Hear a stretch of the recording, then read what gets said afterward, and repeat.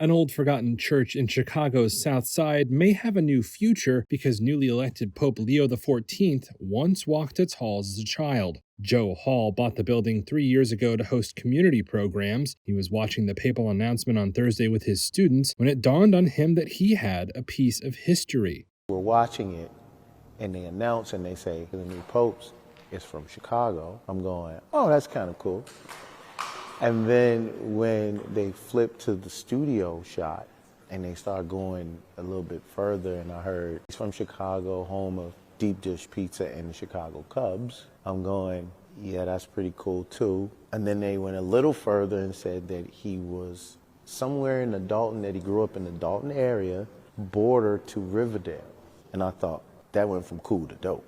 And then what is the odds, as we're still watching the newscast, that they said that he actually went to school at St. Mary's. Not long after, Hall's phone blew up with calls and texts from friends and family, all wanting to visit a church where the Pope got his start.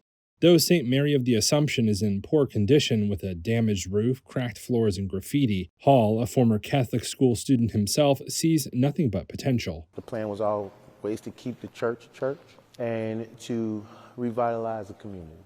I'm glad that, the Pope has been chosen, and this is where he got his start. And it just really puts a stamp on what we set out to do in the first place, right? And that's to make this a thriving community again, to get some business, some positive energy flowing within this community. Hall told Reuters it wasn't easy getting the church, but looking back, he sees it as a blessing. When we finally were able to land the plane and get the property 3 years ago, it was just setback after setback.